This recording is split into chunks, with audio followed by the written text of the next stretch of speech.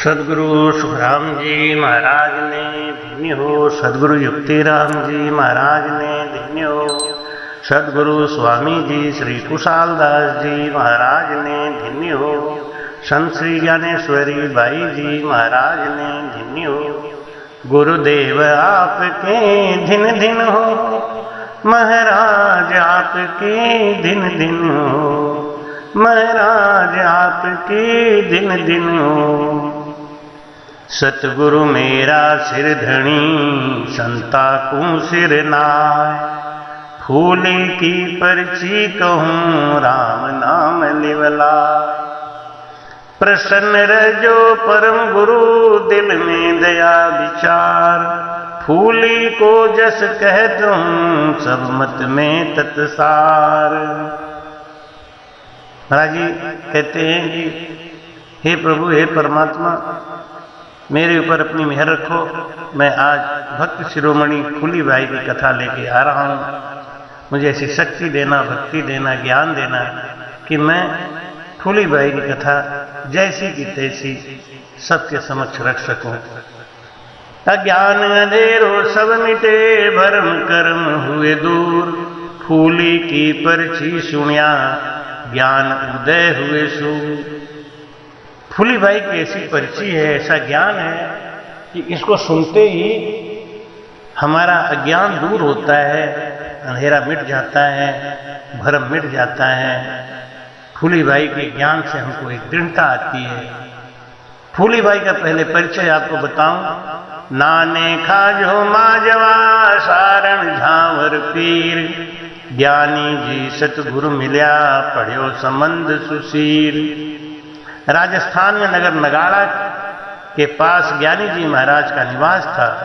फूली बाई अपने नाना को भोजन देने खेत को जा रही थी।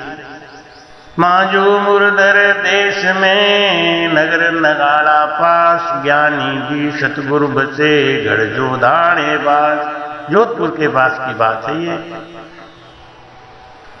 भाताले खेत आ गई।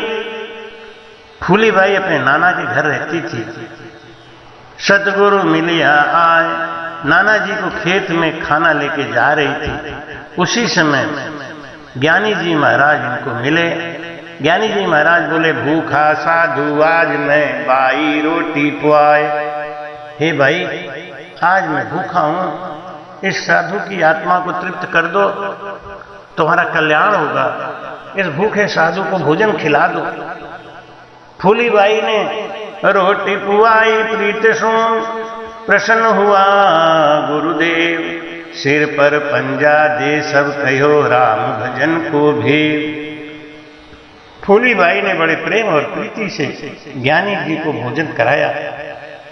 फूली बाई की गृहस्थी के पास अन्न होता है जिससे वो संत की सेवा कर सकते हैं, और संत के पास ज्ञान और भेद होता है जो प्रसन्न होकर उनको दे देते हैं। सिर पर पंजा दे सब कहो, राम भजन को भेद। ज्ञानी जी ने फूली बाई को राम नाम का भजन भेद बता दिया। फूली बाई जी को राम नाम में प्रेम आ गया, गुरु में प्रेम आ गया। क्यों? उनके पिछले जन्म की भक्ति उजागर हो गई। पुरवली संचय पड़ी, भक्ति प्रगति आए, सांसों सांसा लिव लगी, शब्द रहो गरड़ाए। तुरंत जैसे गड़ा हुआ धन मिलते ही कोई गरीब से गरीब आदमी राजा बन जाता है, ऐसे ही फूली बाई का पिछला गड़ा हुआ धन निकल आया भक्ति का, और तुरंत उनको भजन होने लगा। ये हिलोला हरदम बोले, सूरत मिली जाय शब्द महोले, अनहद घोर सुखमण जागी, फूल खुलिया कमल किरणिया लागी। हुआ चानड़ा सब तन भल के, सैसर धारा अमीरस खल के, झिलमिल नूरज बरसे, आत्म में परमात्म दर से। फूली बाई सांसों सांस में सुमिरन करने लगी। कंठ, हृदय, मध्य और नाभि में भजन आ गया। रोम रोम में रंकार धुनी होने लगी। रोम रोम में रोमांच होने लगा। फूली बाई को वो आनंद आने लगा, वो सुख आने लगा, वो विरह आने लगा। हर समय आंखों से आंसू बहने लगा। उनकी तो भक्ति उजागर हो गई। मुख हृदय नाभि लिवलाया, सुरत शब्द पिछम दिशा आया। पिछम दिशा की अब की घाटी, बीसु घाट घोर तू फाटी। उलंघ्यो मेर अमर घर आया, 10वें द्वार ब्रह्म वर पाया। फूली देवी को शब्द जागृत हो गया, शब्द ने सुरती को जगा लिया और सुरती को शब्द लेके उस प्रेम और प्रीति के कारण तेजी से आगे बढ़ने लगा।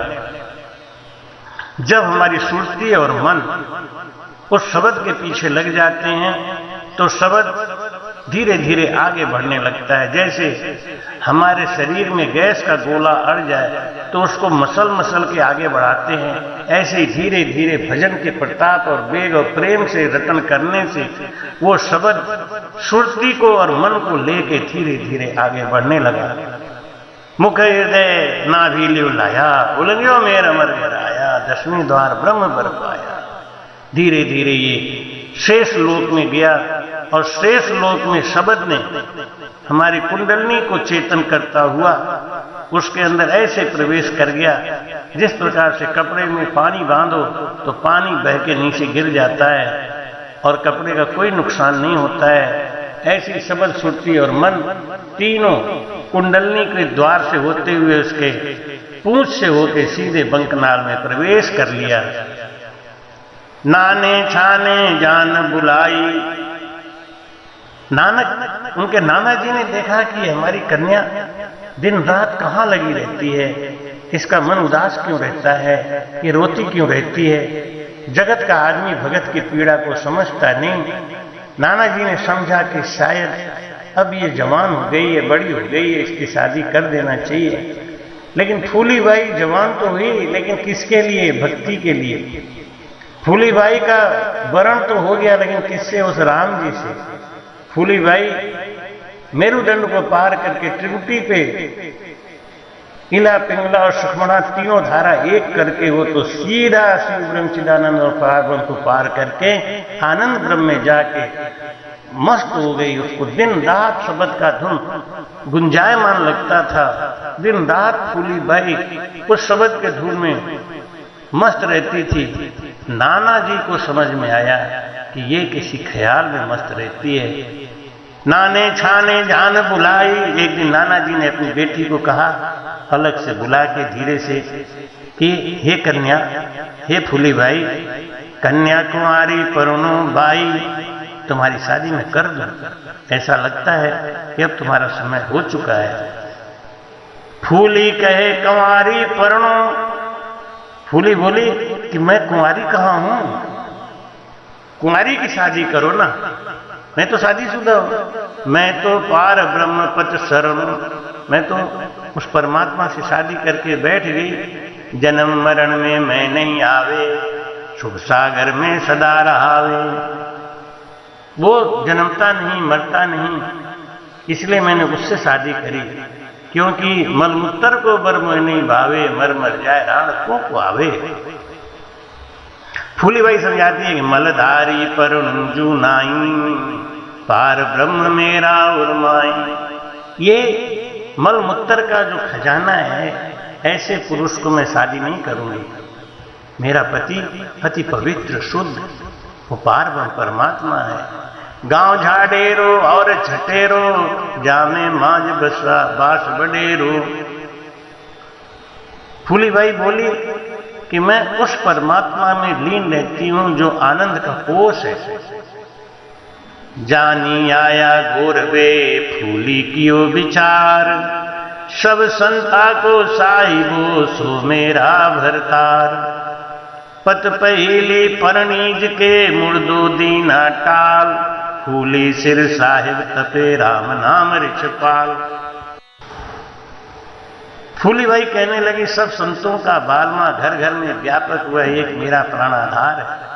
मैंने उस अमर अविनाशी को अपना पति बनाकर बार बार मरने वाले गंदी देह वाले पति को हटा दिया है। मेरा पति सबका रखवाला है। नानो कहे कठे बर तेरो, मोहे बताए जाए दुख मेरो। नाना बोले, तेरा बर कहाँ है, मुझे पूरी बात सही सही समझाए। नानो कहे कठे बर तेरो, और मोए बताए जाए दुख मेरो, मुझे बता दे मेरा दुख अंत हो जाए। तू कहे परणी मोए नहीं सूझे, तू तो कहती मैं शादीशुदा सुहागन हूं, लेकिन मुझे तो कोई सुहागन का लक्षण ही नहीं दिखाई देता तुम्हारे अंदर, मुझे तो कुछ सूझता ही नहीं। तू कहे परनी मोए नहीं सूझे, बेर बेर नानो यूं बूझे। रोज रोज नाना जी को बुला के उनसे पूछते थे कि तू तो कहती है कि मैं शादीशुदा हूं, लेकिन तुम शादीशुदा तो मैं दिखती नहीं। फूली बाई बोली, फूली को परमेश्वर ऐसो, मेरा पति कैसा है कि वेद पुराण न जाने जैसो। आदमी और संतों की तो बात छोड़ो, वेद पुराण भी नहीं जान सका। जन्म मरण में नहीं प्यारो, जन्म मरण में नहीं आता वो है फूली को भरतारो, वो है फूली का पति। माला मिणक का सूखिया होइनु तो राम न पावे कोई, माला मिणक का सूखिया होई, माड़ा मिड़किया सो क्या होई, यूं तो राम न पावे कोई। पूजा पाठ माला तीर्थ व्रत करने से कोई भगवान को नहीं पा सकता। साचे मन को सिमरण कीजे, सच्चे मन से भजन करो, फूली सिर बाबा को दीजे।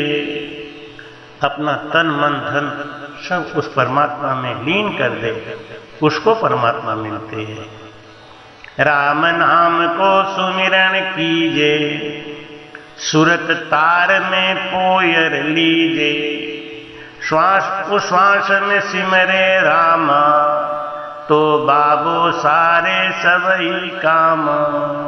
फूलीबाई कहती है कि मेरा पति राम का नाम जो सुमिरन करता है, सांसों सांस में भजन करता है, उसके सब दुख और कष्ट मिट जाते हैं।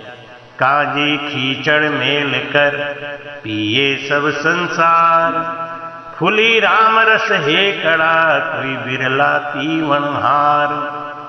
के करिए एक कंठ बिना झूठो तन सिंगार, फूली प्रीतम ना रुचे तो लेकर माथे मार। दुनिया देवी देवता भूत प्रेत की पूजा करके खुश रहती है, शरीर को सुख देके प्रसन्न रहती है, लेकिन वो इस बात को भूल जाती है कि मृत्यु लोक के बाद जब ये शरीर छूटेगा तो हमको कहाँ जाना पड़ेगा, किस लोक में जाना पड़ेगा, कौन सा शरीर धारण करना पड़ेगा, इसका ध्यान नहीं रहता। केवल इस सुख को पाने के लिए देवी देवताओं की पूजा करता है। काची खींचड़ मेल करती है सब संसार, लेकिन फूलीबाई हमेशा राम नाम का अमृत ग्रहण करती है। जब पति मिला ही नहीं तो श्रृंगार किस पर करे, जब प्रीतम मिले तो मन राजी हो। सुनी सुहावल साधु आया, संगत करी बहुत सुख पाया। वे साधु का बुल जाए पहुंचा, जा राजा रे जसवंता। एक दिन गांव में संत आए, गांव वालों ने फूली देवी के घर उनको भेजा। फूलीबाई ने संतों की खूब सेवा किया और बाद में जोरदार सत्संग किया। वे साधु लोग बड़े खुश हुए, बड़े प्रसन्न हुए और फूलीबाई के ज्ञान को धन्य है कह के काबुल चले गए। काबुल में जोधपुर का राजा जसवंत सिंह आया हुआ था, उनसे मुलाकात किया। आप मत भोलिया, वो जसवंत बड़ो नरेश, इन राजा को राज वहां जहां फूली को देश। संतों ने राजा के सामने कहा कि आप इनको पहचानते हैं, ये राजा जसवंत सिंह हैं, जोधपुर के रहने वाले, जहां फूली रहती है, फूली के यहाँ के रहने वाले, फूली के गांव के राजा हैं। अब राजा को बड़ी चिंता हुई। तब जसवंत ऐसो कहो फूली कहाँ देश, कुण बरण में ऊपरी छत्री विप्र के भैस। जसवंत सिंह को बड़ी चिंता हुई कि ऐसी कौन सी भक्त पैदा हो गई हमारे राज्य में जिसका पता हमको नहीं है। उन्होंने पूछा ये फूली कौन है, किस वर्ण में पैदा हुई है, क्षत्रिय है, ब्राह्मण है, वैश्य है, ये कौन से वर्ण की है। तो संतों ने कहा फूली कुल में जाटनी संतों को अवतार। जो जानू हुए देश में तो करजे तू दीदार। संतों ने कहा कि फूलीबाई जाट परिवार से है, वो अवतार है, तुम अगर जाना तो उसका देश में दर्शन करना। मारवाड़ राठौर की राज करे जसवंत, सुफल देश सोई भला जामे निपजा संत। मारवाड़ राठौर की राज करे जसवंत, सुफल देश सोई भला जामे निपजा संत। भूमि सुफल जहां संत विराजे आनंद रहता हमेश। कह कबीर संतन की महिमा गावत श्रुति से। अरस पर ब्रह्म सूझे नाई पत आए, परचा बंद प्रसिद्ध है कोई परचो लीजे जाए। फूलीबाई बहुत पहलवान है, तुम उसका चमत्कार कोई देखना जाना चाहो तो वहां जाके उसका चमत्कार देखना। तो एक समय राजा घर आयो, फूलीबाई को दर्शन चायो। एक बार राजा जो अपने आया जसवंत नगर अपने जोधपुर, तो फूलीबाई का दर्शन करने गया। वहां क्या देखता है कि गोबर थापत ही वा बाई। उन्होंने पूछा फूलीबाई कौन है? लोगों ने बताई गोबर थाप रही वही फूलीबाई है। साध बेदे बूझो ने पराई। उन्होंने देखा कि ऐसी कौन सी गृहस्थी है, गोबर थाप रही है और ये संतों के जैसा ज्ञान धारण करी है। इसका रहस्य पूछा।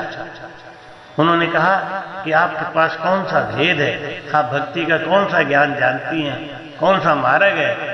पूर्व मार्ग साध को कोई साधु जन जावे। राजा बोला हे फूलीबाई, मेरा मार्ग पूर्व का है। पिछव मार्ग दो लड़ो बाई काहे को दुख पावे।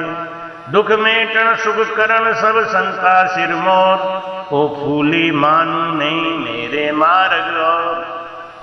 हे भाई, ये पश्चिम मार्ग का जो भेद है वो बात बड़ा कठिन है, उसमें सुख नहीं है।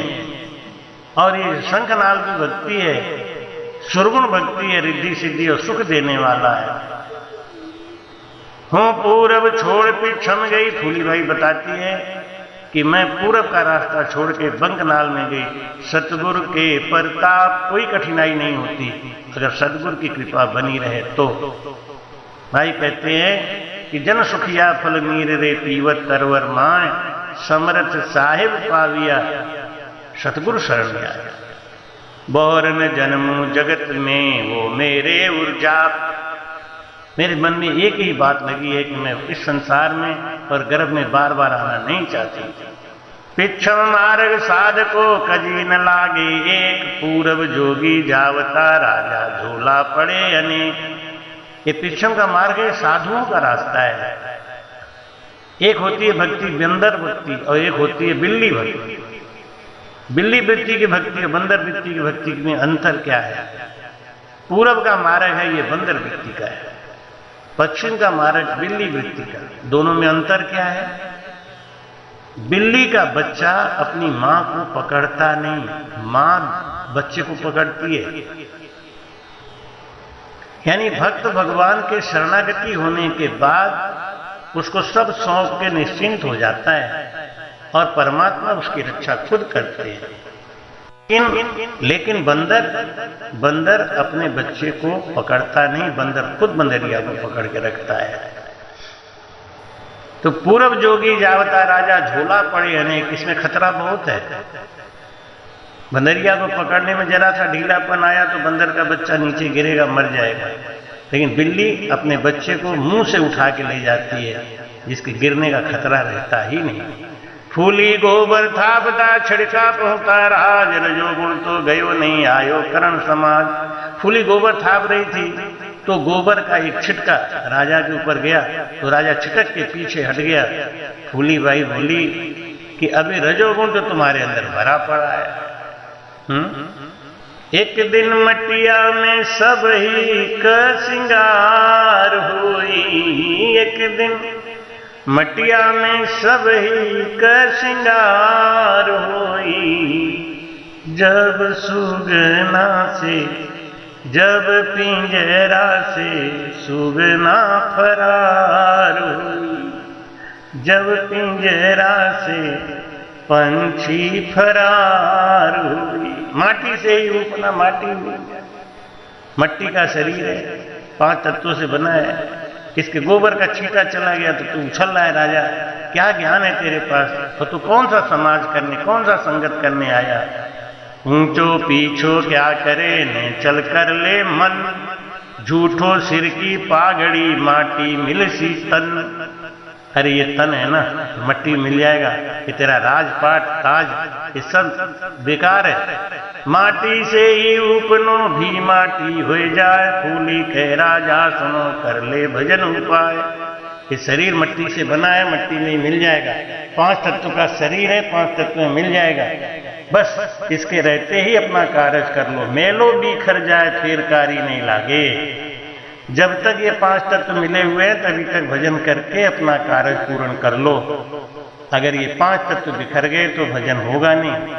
फूली गए राजा सुनो कर ले भजन उपाय, स्वान काग जम्बुक भगे के जल बलहू सीखे, ऐसी गंदी देह को राजा ऊंचो करिए के। हे राजा, इस शरीर को या तो कुत्ता खा जाएगा या कौवा खा जाएगा या ये जल जाएगा या मिट्टी में गाड़ दिया जाएगा। ऐसे शरीर के ऊपर क्या नाज करता है तू? राजा ने समझ लिया कि इसके पास ज्ञान कोई ऊंचा है। राजा बोले, काना सुनी सो देख ली, सुरत बचन सुभाव, फूली नामज क्यों दियो को बाई समझाए। मैंने जो जो बात तुम्हारे बारे में सुनी वो मैंने सब देख ली, समझ ली। तुम्हारा स्वभाव, तुम्हारा वचन सब जान लिया। तुम्हारा नाम फूली बाई क्यों रखा? किसने रखा? फूली बाई कहती है, जब लग श्वास शरीर में तब लग नाम अनेक, घट फूटे शायर मिले जब फूली पूरण एक। आसे मिल सो आपके नाम धरा क्या हो, सीधो सीधे मिल गयो भिन ला दे नहीं कोई। अरे राजन, तू आज नाम के पीछे क्यों पड़ गया? जब तक शरीर है, जब तक शरीर है तब तक तो इसके नाम अनेक रहेंगे। जैसे सोने का बना हुआ कंगन, सोने का बना हुआ कुंडल, सोने की बनी अंगूठी, इसके नाम तो अनेक हैं, लेकिन अगर इसको गला दिया तो केवल सोना ही रह जाएगा। तो जब शरीर है तो नाम तो कुछ न कुछ रखना ही पड़ेगा। राम नाम सत जानो भाई, या बिन जुग में झूठ सगाई। फूलो परमानंद जो परसे, अरस परस कोई दूजन दर्शे। हे मेरे भाई, राम नाम अपना सगा है, इसीलिए राम नाम का खजाना इकट्ठा करो। हे राजन, मैं उस परमानंद में डूबी रहती हूँ, मुझे आन उपासना अब अच्छी नहीं लगती। बाई धर्म की बेनड़ी लीजे बाबू भेष, 5 मुहर आगे धरी हूँ वीरो बड़ो नरेश। राजा बोला, हे भाई, आज से तुम मेरी धर्म बहन हो। 5 सोने की मोहरे देकर राजा बोला, हे भाई, तू ये मोहरे रख ले, मैं राजा तुमको अपनी बहन स्वीकार करता हूं। मारो मन माने नहीं राम भजन को सीर, पाजा रोटी राबड़ी हूं बहन तू वीर। फूलीबाई ने कहा कि मैं ऐसे नहीं मानती, अगर मुझे बहन मानते हो तो मेरे घर में रुको, राबड़ी और रोटी खा के तब जाओ, तो मेरा रिश्ता जुड़ेगा। राजा बोला, मेरे संग सेना घनी देखो दृष्टि निहार, बाई केम जिमावसी सो मोही को विचार। ये भाई, मेरे संग सेना बहुत है, तुम कैसे जिमाओगे? तुम ऐसा सोच के तो बताओ। फूलीबाई ने कहा, आप बैठो तो सही। सब सेना को बिठा के दोए दोए डबरा राबड़ी, दोए दोए सौगर राज, रुच रुच जीमो प्रीत सो घर फूली के आज।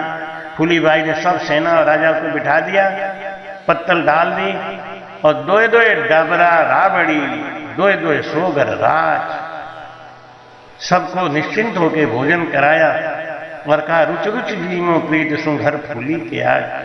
हे भाई, आज तो मेरे घर में भोजन करके तृप्त हो जाओ, आज से मेरा तुम्हारा बहन भाई का रिश्ता जुड़ जाएगा। राजा ने देखा क्या कि जेता मानस तेती थूली, पातल पातल पर से थूली, राजा जसवंती तूत झांके, आशाधारी पत साहेब राके। राजा को बड़ा आश्चर्य हुआ कि ऐसा क्या हो गया, ये कहां से ऐसा करामात करके आई, सारी सेना के सामने इतना भोजन कहां से लाई। सब सेना तिरपत भई, पीछे भयो समाज। सब सेना को भोजन कराने के बाद फिर सत्संग हुआ। रिद बधारी राम जी फूली जानी साध। कहते हैं कि जा पर कृपा राम की होई, ता पर कृपा करें सब कोई। बड़े होत क्या देर है, जे हरि पकड़ी हाथ। संत दास लकड़ी बड़े, बिन कोपल बित पात। साँझ पड़ी दिन आवियो, गाया आई गुआड़। बालक दौड़ आविया, बाई बच्चा बाड़। शाम के समय फूलीबाई सत्संग कर रही थी। राजा जसवंत सिंह बैठा हुआ था। उसी समय एक बच्चा भाग के आया कि भाई बछड़ा को बांध दो। साचा प्यारो साइया, फूली साची दास। लेकिन फूलीबाई बैठ के सत्संग करती रही, ज्ञान चर्चा चलता रहा। राजा ने क्या आश्चर्य देखा कि एक अजबाड़े बाछड़ा एक राजा के पास। राजा ने देखा कि एक फूलीबाई वहां बछड़ा बांध रही है, एक फूलीबाई यहां बैठ के सत्संग कर रही है। ऐसा चमत्कार देख के जब जसवंत कर जोड़ कर करी विनती है, बाई ऐसो राम नाम राणिया को तुम दे। हे भाई, ऐसा ये राम नाम है, तुम मेरे संग इस ज्ञान का प्रचार करने के लिए मेरी महल में चलो, मेरी रानियों को भी यही ज्ञान दो। ऐसा कह के राजा फूलीबाई को लेके अपने घर आया। इसके आगे की कथा अगले भाग में देंगे। आशा है आपको यहाँ तक की कथा समझ में आ गई होगी। कोई बात समझ में नहीं आई तो कमेंट में जरूर डालें और आगे इसके बारे हम बताएंगे। आपको वो ज्ञान 28 तारीख को देंगे। सदगुरु सुखराम जी महाराज ने